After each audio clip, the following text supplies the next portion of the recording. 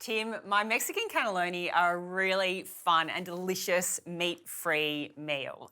I make them using beans instead of mince, which also makes them just that little bit more economical as well. I love that. So we start cooking?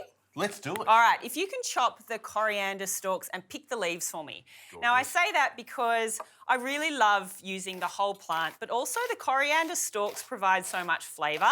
So I want to get those into the pan to start with the onion, the garlic, the capsicum, and all the herbs and spices. There's actually a gene that makes people taste either a soapiness in coriander or the actual coriander taste. It's not just an aversion of like, I don't like the herb, it's actually a genetic thing.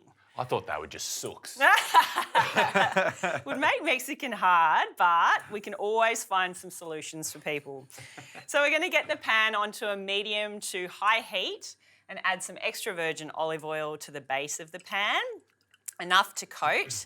And then we'll get our onion, our garlic, our coriander stalks, and I'll also chop up some red capsicum as well. I love the red capsicum in there. It's obviously very Mexican, but it adds that lovely sweet element to contrast with the spices in the dish as well.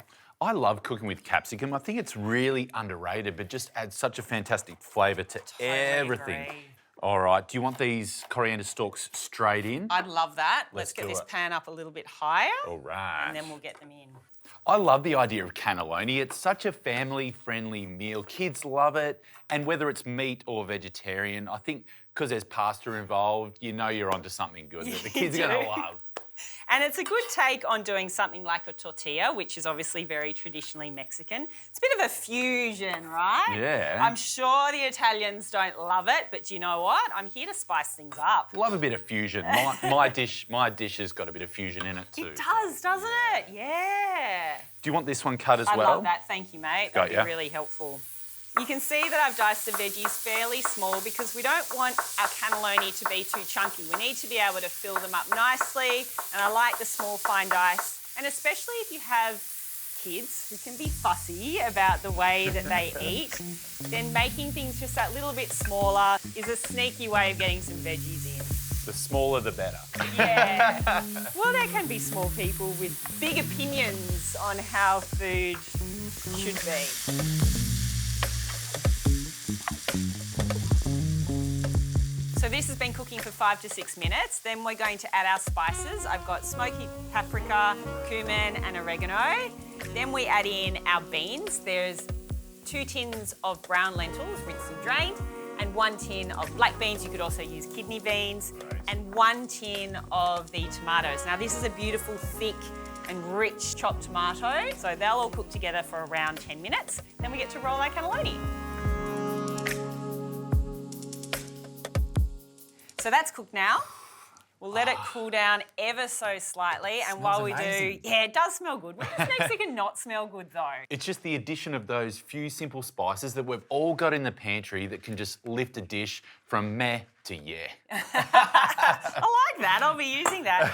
And you may have noticed too that I didn't actually put chili into the actual dish. I often love a hit of chili, and who doesn't in Mexican? Yeah. But I want to make this really family friendly. I want to make sure kids know that you can eat, and adults too, that you can get Mexican with lots of beans and it can be really juicy, vegetarian. And so the chili doesn't go in, but you can always add your Tabasco at the end. I like that. So I've cut the lasagna sheets in 3 so that we've got enough to roll into the Oh, brilliant. cannelloni rolls like that. Love it. And we're going to divide and conquer this one. All right. Do you want a bed of our beautiful tin tomatoes You here? read my mind. Now, I love that this one's already got tomato paste in it, so it's all thick and luscious and ready to rock and roll. Yeah, that's right. All right. And then we'll grab a spoon each, Tim, and I'll bring the dish over to the middle here so we've got a bit of space to work with. Okay. All right, so we want to just get a bit of the mixture into the lasagna sheet with enough room to do some rolling. Okay. And it is also a dish that I've found that if it doesn't get eaten, then the leftovers freeze really well. So An easy Love that. one to pop in for lunch or something, whether you're going to work or maybe it's something for a school lunch. Very simple. And One in. into the dish. Beautiful. Then we repeat with the remaining ingredients. Get another layer of the tomato sauce over the top. Then I know your favourite part, lots of grated cheese. I've got a mixture of mozzarella and grated parmesan to go on the top. Then we get it in the oven at 180 for around 20 to 25 minutes. Make our guac in the meantime, and that's it.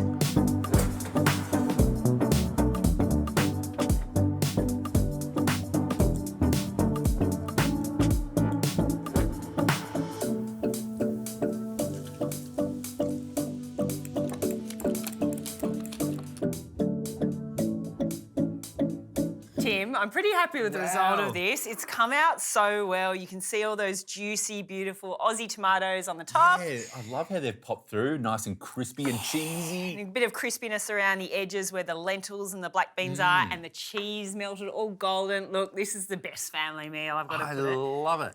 And then some guacamole on the top, and then we'll garnish with some of our coriander leaves as well. So if you can start garnishing with the curry. And then, depending on who you're serving it to, that's exactly why I left the chilli out of the recipe, because you can add some Tabasco as you wish. Oh, yes, I noticed that. Hit your own fire. Really simple and great midweek dinner that the whole family's going to love. Yeah. I can't wait to try this one. All right, let's tuck in. Oh, yeah, nice scoop with all that beautiful guacamole on it. Okay. They all come out well? Oh, that looks great. Can I do the dabbing honours of the Tabasco? You absolutely can. I'm just going to make the most of our cannelloni in there. Our kids aren't around, so we can do this. Go for it. Okay. All right, time to try it. Yeah, a bit of guacamole. Lots of mush. I love the mush factor. Makes for good, messy Mexican. What do you think? That is gorgeous. I think the consistency of the lentils, the size is so similar to mince.